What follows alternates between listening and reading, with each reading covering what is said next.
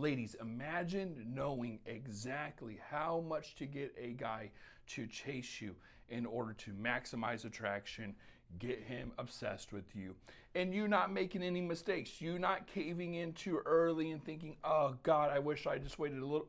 I got you, okay? That's what this video is about. I'm going to help you understand how much a guy needs to chase, what's healthy, what's not, and when you can become a little more vulnerable and cave in, okay?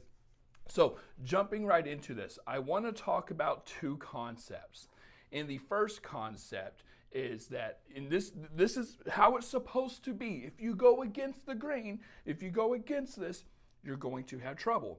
Men are offerers, women are choosers. As soon as you feel like you're not the chooser, as soon as you feel like he's not courting you, he's not investing, he's not trying to win you over, then you have a problem, okay? Then you have a problem. Now, that doesn't mean never cave in. We'll get into that in a second. But I talk to a lot of clients, and a lot of you, you drop the ball and you wonder what happened. And it's because the dynamic, again, I'm not saying like you have to like analyze this as closely as I'm making it sound like you should, but this should be the overall vibe, right? You should be feeling this, that he is the offerer. He's offering himself. Hey, do you want me to take you on a date? Hey, do you want this? Hey, do you want that? He's investing his resources, and you're the one who chooses, okay? And as soon as you escape that, we have a problem. And there's several reasons why that is. Number one, that's the rule Mother Nature intended for you, or that's the role, that's the guidelines Mother Nature intended you to have. For a lot of reasons, we're not going to go down that path. But even if you don't, with that aside, if you don't follow it, you end up getting the guy a lot of power. He ends up having a lot of power.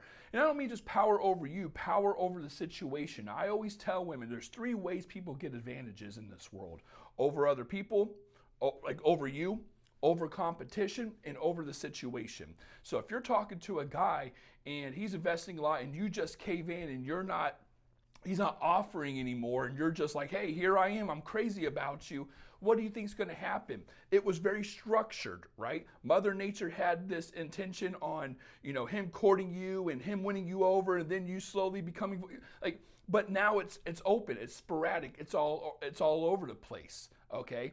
It's not structured anymore. This is a man who now is going to take you for granted. This is a man now who's going to be sporadic with his texting, leave you on red, not invest much, or even ask you to come over instead of taking you out on dates. This happens when he's not the offerer anymore and you're not the chooser, okay? You have to keep this vibe. The second thing, which I think is one of the most important things, and it kind of goes with this, which is the transferring of power dynamics. If you think he has to chase you the entire time, oh girl, you're in for a rude awakening. And at the same time, if he thinks you just give in because he takes you on a date or two, he's in for a rude awakening. That is not how it works. So if you want to take the first thing we talked about, the offer and the chooser, we move them over into, I guess, think of it like a board game, like we're taking steps. And we're moving along the dating path, 6 to 8 days or 6 to 8 weeks. When do I give this up, Elliot? When do I do that? When's it okay to reach out? When's it okay to be mutual? When's it okay for me to make a payment on something, like a dinner or whatever? He's doing it all the time. What do I do? In the beginning, in the perfect world, I'm not saying there isn't times where a woman, should make a date or a woman shouldn't pay.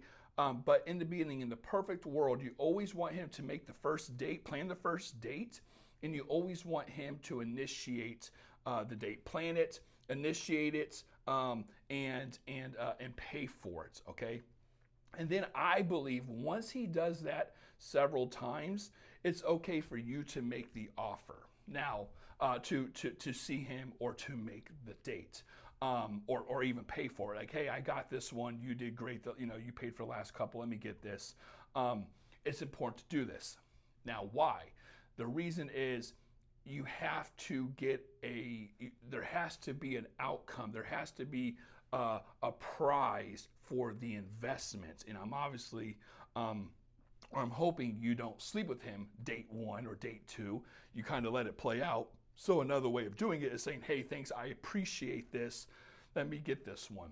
That's what you want to do. But to simplify this even more, in the beginning, meaning before sex, the woman has the power. Why?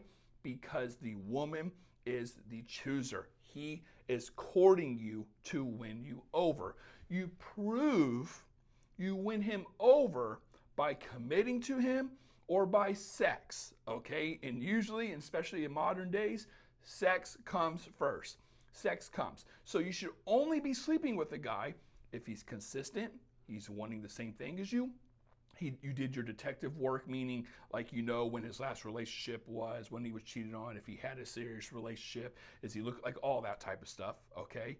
And he's consistently investing his resources, maybe I said this already, he's consistently investing his resources into you over time, okay? That, he wants a relationship, you're doing your detective work. And then when you feel confident that he's not going to screw you over and that he's not emotionally available, it's okay now to transition the power. It's now okay to transition from, you invested in me, you're a good dude, we want the same thing, here you go. Now he has the power. The trick here though, ladies, is to make it worth it. Meaning he's not saying you have to rock his world in bed, but you have to get as much as what you feel is appropriately possible out of the courting stage. A lot of women will go on a date or two with the guy, sleep with him, and then realize why he's not investing after. That's because you didn't do your homework. The guy didn't invest. The guy didn't not just invest resources, but invest his time in you. It was an easy. It's almost, I hate to say it like this. It was an easy lay. Like it's the variables. You control the variables. If you want to be taken seriously, then you have to be serious about it. You just don't sleep with the guy because you're horny. You just don't sleep with the guy because he's hot, right? The guy has to earn it. That's what a high value woman does. You have to create that vibe, that atmosphere that aura from the very beginning. So you want a guy to consistently invest his resources into you over time. That's when you have the power. Then you transition it when you're ready and you feel like it is deserved by sleeping with him, if you want, of course. And then from there, he has the power and he gives it back to you when you guys agree to a relationship, right? And then if you want to get like really technical, whoever has the power in the relationship depends on things like sex, the support, the loyalty, the communication, things like that. But that's how the dynamic should go. So to answer the question, how much should a guy invest in you?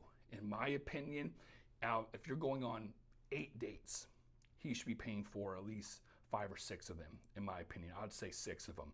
You should go on 2 or 3 dates, and then on the 3rd or 4th date, you're like, hey, let me get this one, okay? Things like that. Then I'm a big fan of the sleeping with the guy, not sleeping with the guy before the 5th date. So 5th date on, if you want to sleep with the guy and you feel it's safe, you're transitioning that power.